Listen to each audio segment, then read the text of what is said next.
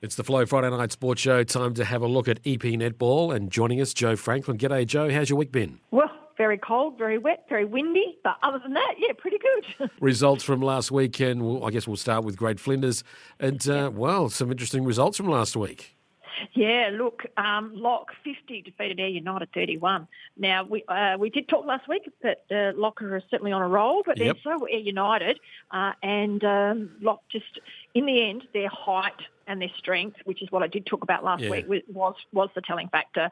They were just able to, not real flash conditions last Saturday, if we can remember back to then, but yeah, it wasn't real flash conditions. And certainly the Lock side with their height and their strength, and Lisa Burrows and Jordan Sladden are shooting the lights out at the moment. They're actually, their accuracy has been amazing, and in the weather conditions that it was, they were still able to keep their percentages up. So that certainly took a bit of a toll on the Eyre United girls who worked really hard. They certainly didn't give up at any stage, and they're certainly still in the mix. There's no question about that. But Lock were able to run away with that game, which a bigger margin than what I would have expected too. So Lock will be pretty happy with that, I would think. Eyre United will want to come back all guns blazing, I would think. They get a bye this week, so they'll be looking to build on their stuff, and Lock will be looking to continue their winning run, I would think. Yep, they're on a roll. They're on a roll. Yep, they certainly are. And Cougars were able to get themselves back on the winning side of things this week, last week as well. They 41 defeated United Jelena 27.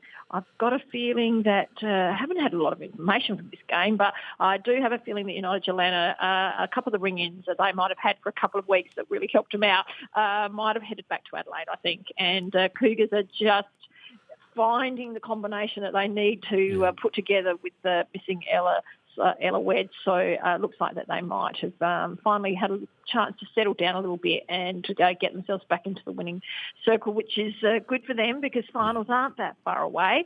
And another team that would be extremely happy to have got back on the winner's circle, and especially with the scoreline that they had, was Elliston Districts, who ran out winners 65, defeating Ramblers 18. Ramblers pretty disappointed with only 18 goals for the day, but as I said, the conditions were not very good at all. It was very windy and rain on and off. It was just not ideal conditions, but Elliston Districts quite happy to get themselves back in the winning circle and get a couple of people back into the side as well. But they've had a couple of 15-year-olds actually who have been sitting on the bench and who have been getting a bit of a run with them and have done quite well. But Elliston, Kate Baker, pretty happy with that scoreline and getting back in onto the positive side. And certainly they are hoping to keep that winning streak going and heading towards the finals, which we're not many rounds away from. No, we're not. We're getting closer and closer. And all right, Joe, this week's games and Lock and United Jelena. Come on, which way are you leaning? I'm definitely thinking that I'm going to lean Lock way. It's at home for Lock as well, and they will definitely want to put this one away. There's no question about that.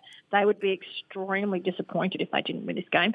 Look, United Jelena, you can never count a side that's got Cassie Maxfield running around in it. You can never count them out, but I just think Lock have really settled into some really nice netball. They've been able to keep their side together. They've got some very handy height, very handy strength, but then they've also got that bit of speed through the centre court. So I'm thinking that they're going to be a handful for United Jelena, and at Lock, I just really think that they will want to get a win and take the next step towards the finals. I think they need to shut the door on United Jelena because if they lose this one, it's going to make it very interesting heading towards the finals. But they need to shut the door and just put them at arm's length. You're not going to trouble us. You're not going to trouble us at all. Yeah, right. Absolutely. They'll be wanting to do that. There's no question about that. The next game, Cummins Companion Ramblers. We know who we can pencil in for a loss for that one, I guess. But I know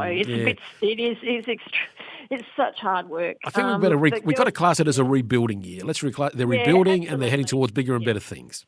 Absolutely. I think that word is exactly right, and it is one that they are using themselves. But look, it's been tough season for Ramblers, but they keep fronting up and they're working hard. The young ones are giving it everything they've got, and they really are.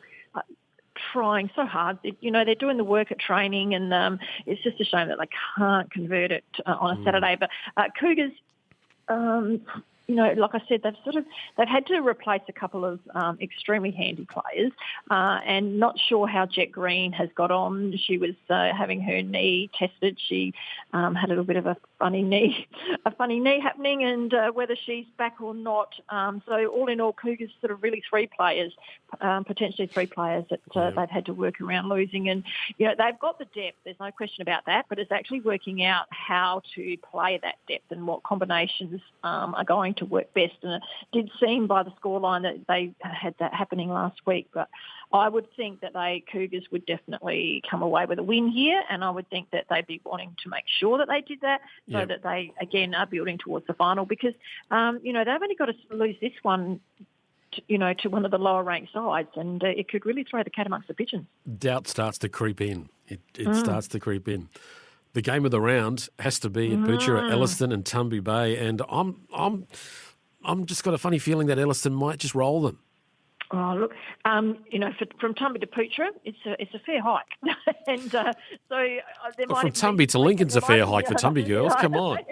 There might be some sleepovers happening, I would be thinking. I'm not really sure. But look, Elliston definitely back in the winner's circle last week. And they definitely needed that run. There's no question about that. Tumby, like I said, had a little bit of a hiccup a couple of weeks ago, have had the bye, so have had time to rethink things and get themselves back on track. Haven't heard about Kennedy McNamara, whether her knee was an ACL or whether it was a hyperextension and whether she would or would not be back. But having said that, Tumby certainly have the ability to be able to cover that if they have to. Ilka Stone has just had an amazing season up there. Definitely... we at Waybacks have been missing her, but she's just gone up there and really shown them what she's all about, and has really helped the younger players within that side as well that they've had to bring into the team. And Elliston at Poochera, probably 1 or 2 goals. But I also know that Ilka hates losing, and I know that the coach, Stacey Curtis, hates losing, and so those girls will not give up until the very last whistle. So it could even be a draw. So you're sitting on the fence. Come on, make a decision. No, look, I actually would stick with Tumby. Okay, I think fair enough. Yeah. Fair enough. All right. I bow to greater wisdom, but I think Elliston. All right. Okay. And every time we do that, you're the winner, Clayton.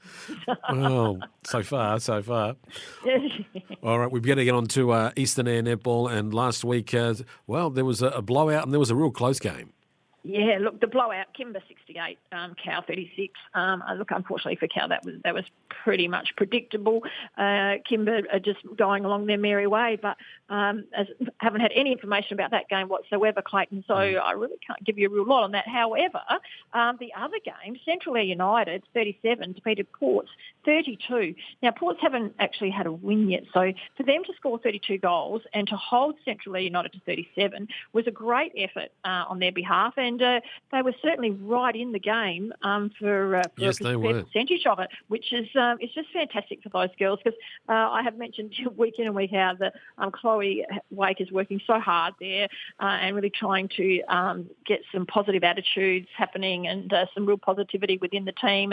But she's just had so much difficulty in getting them all together to training on any one given Thursday night, which is just a shame. But for them to considering that they haven't had that, to be able to hold Central Air United, who we were thinking a couple of weeks ago would really be in amongst the mixture in the finals, that to be able to get within 5 goals of them was a fantastic effort by those Ports girls. And I reckon Central Air United would be happy to come away with that win, but I think they'd be having a good think about it and a good look at themselves before they take the court this week. Well, I said to you last week, I just fancied Ports. I thought they were getting better. They were just the momentum they had, and I thought when I saw the result, I was like, they were that close. And they would be sitting back thinking about some missed opportunities, which for them is going to be good, and it's going to make whoever they're playing next even start to think twice as well. But it was good on them, and they're coming good. They're coming good.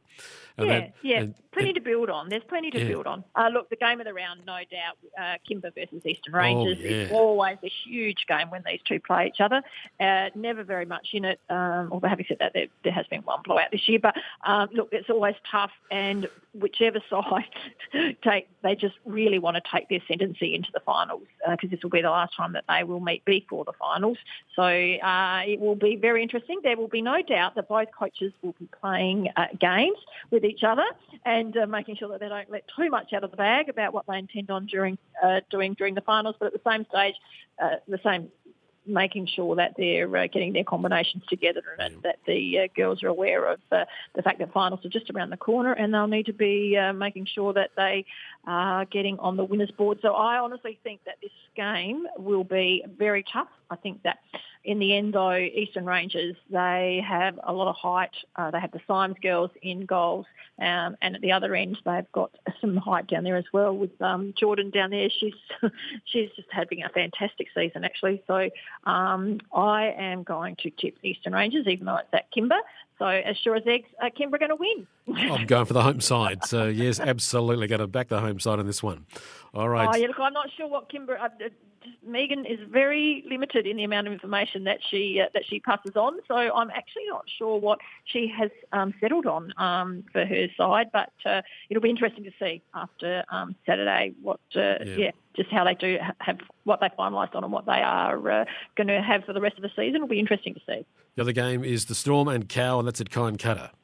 Yes, it is. So a nice little trip to Kynecutter for Cow. And again, there might be some sleepovers. I'm not sure. But look, Central Air United would certainly want to make sure that they win this game as well. And I would think that they would be wanting to make sure that they won by more than 5 goals and starting to really put the foot down, because they've got a couple of very talented young players. Rani Tomney, for one, in goals, has been playing really well. She's part of the Adelaide Thunderbirds Academy and has had a really big season. They've got the Bruce girls, so a fair bit of height there with both of those girls. So they do have the height, they do have the strength, they've got the skill. They've just got to put it together. They've just got to get them to put it together for 4 quarters in a game. On the other hand, Cow, look, they work hard, they really try, and they want to do well, and they're doing all the right sorts of things to make sure that it happens. But unfortunately, on Saturdays, it just doesn't seem to happen for 4 quarters, and